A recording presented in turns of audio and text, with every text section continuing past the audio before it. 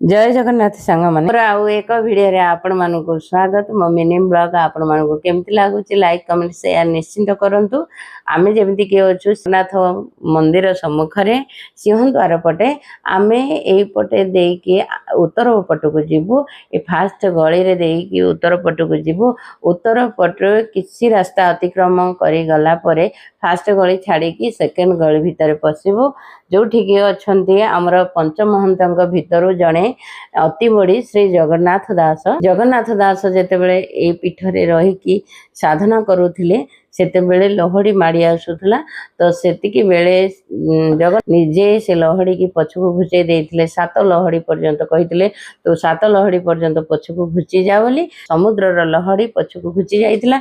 सेथि पई ए मठर नाम 7 लहड़ी मठ भाबे नामित करिथिले।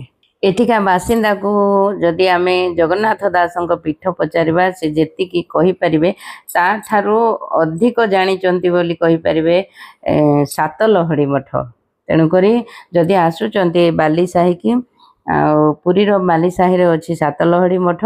जहा को भी पचारिबे आपण मानकु से कहि देई परिबे। जो पंचमहंत आम ओडिशा माटी रे जन्म हे मालिका लेखि जाइचंती। बहुत पोथी पुराण लेखि जाइचंती। जहांकर पोथी पुराण मालिका सत होउची से अति बड़ी जगन्नाथ दासंक पीठ भाग्य रे थिले आसीबा को हुए।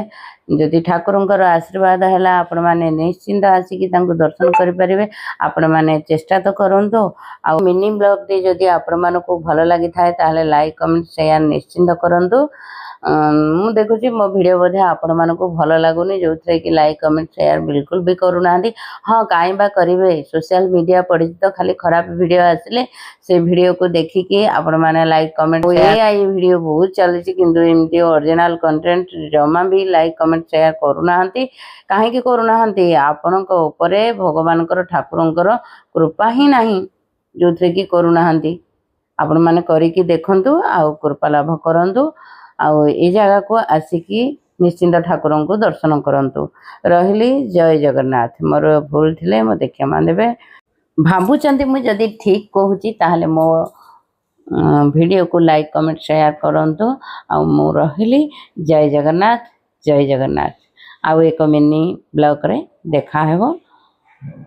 रहूची।